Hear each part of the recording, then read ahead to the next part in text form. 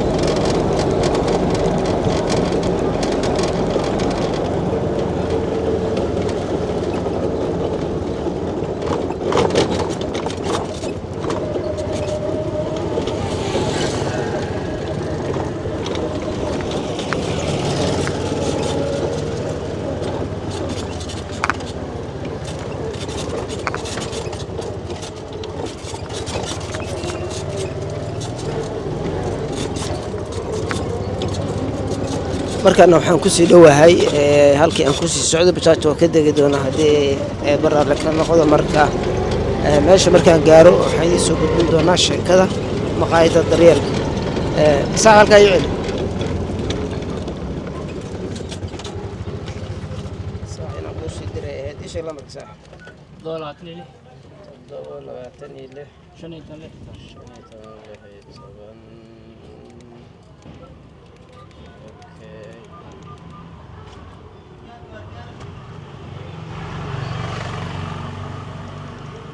اسمع على صح alright sawa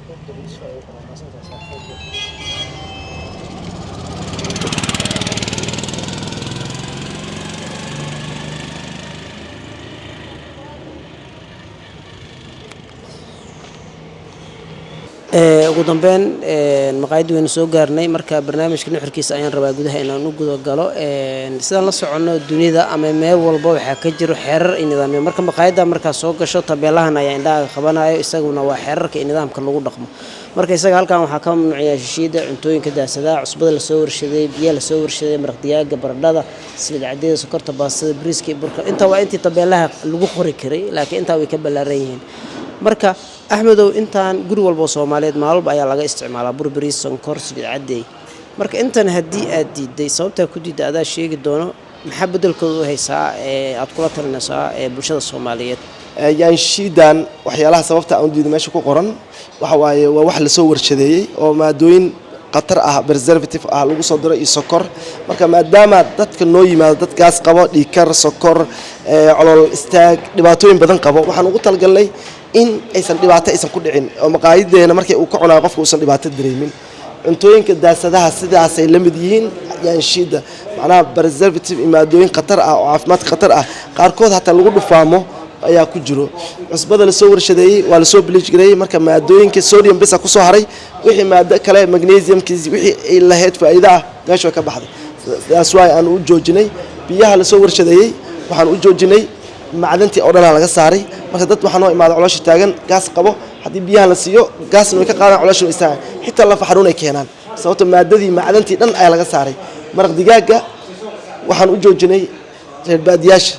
xoolaha ay ku dhufaanaan laba xabay u siiyaan marka ari yahay markuu geel yahayna shan ay u siiyaan suusan ratiga u qooqin arigana u dhufaamo dib dambe uma qooqay dib dambe saliicadeyda waxaan u joojinay waa batrool baradhada cad waxaan u joojinay dad badan oo sokor qabo oo sokortooda inaysan kicin ayaan u joojinay macnaha maadooyinka sideedaba wax walba maado fiican ayaa laga helaa marka bocorka ayaa ka nafaqo badan ka faa'iido badan taas waa bocorka aan meesha ugu sameynaa baradhada aan u joojinay saliicadeydana waa batrool caadi ah qof walba uu og yahay dadka baadiye ka yimaado hadaad weydiisid sidii batroolka u shitaan macnaha sokorta sun caadi ah waa addicted waa qamri oo kale qofka isticmaala macruufta isticmaalaad ka garan kartaa inay nanac iyo chocolate ilkahooda ka baabiyay dhibaato oo ku sameyn karaan baasada cad cuntada ma ahan ani ma dhihi karo waa cunto Soomaalida ay soo dhoofsasaan cuntada ma ahan burka cad cunto ma ahan dadka joojiyay ama isticmaali jiray markay joojiyeen ayaad ka wareysan kartaa inay cunto yahay inuusan cunto ahayn calooshan uu xiraa qabsiinu keenaa maartay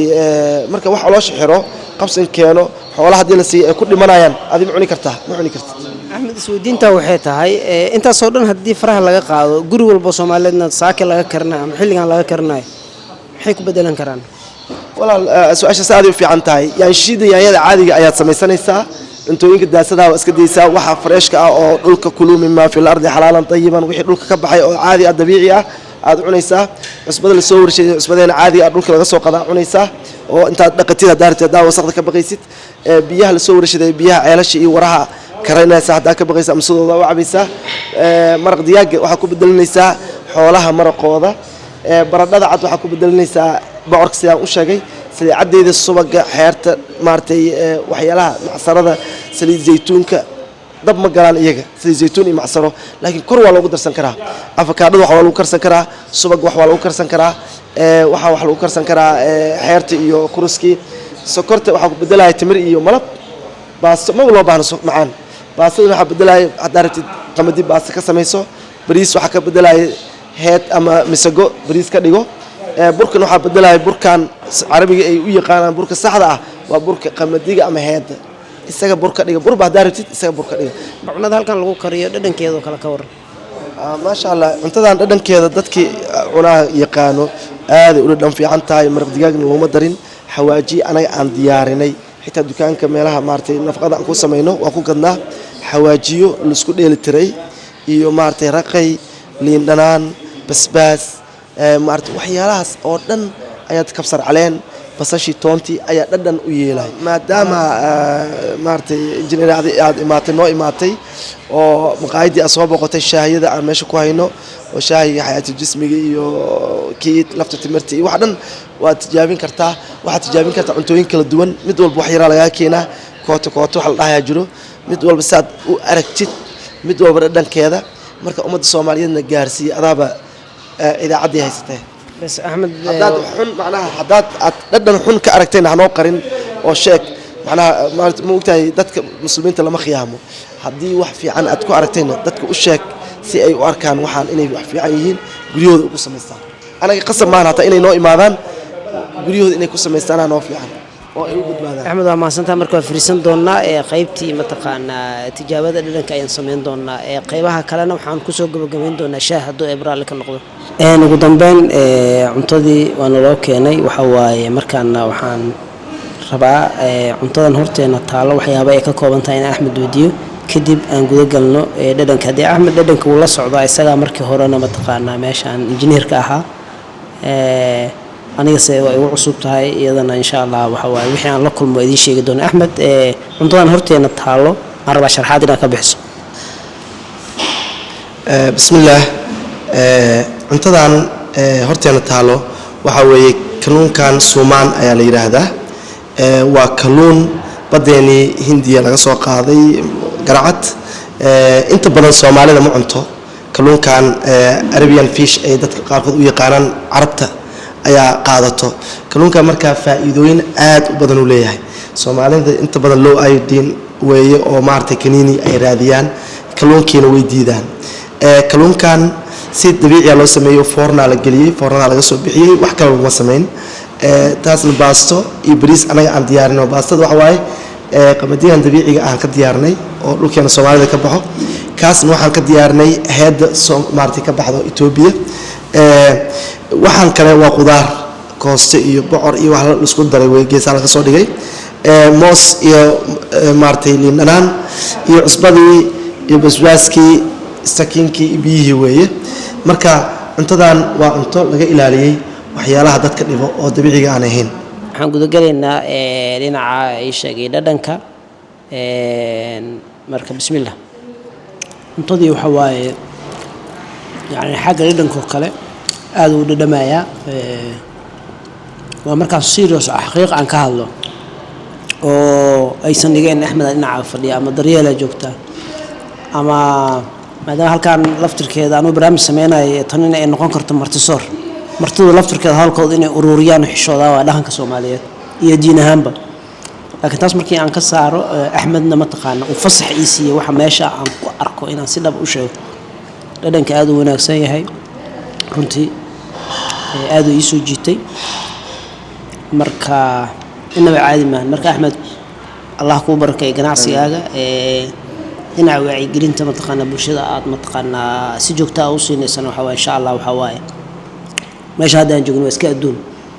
waa maalmo ku meel gaar marka maalinta dambe miisaankaaga xasanaadka Allah kugu daro Allah kugu xafido carruurta Allah ku xafido qoyska Allah ku xafido xoogaaga iyo cilmigaaga Allah ku barakay marka waa maasan tahay qaybihiida ugu dambeeyay shahan waa noo dhiman yahay insha Allah iyadana waxa waa xiisa gaar ah la xambaarsan tahay marka haye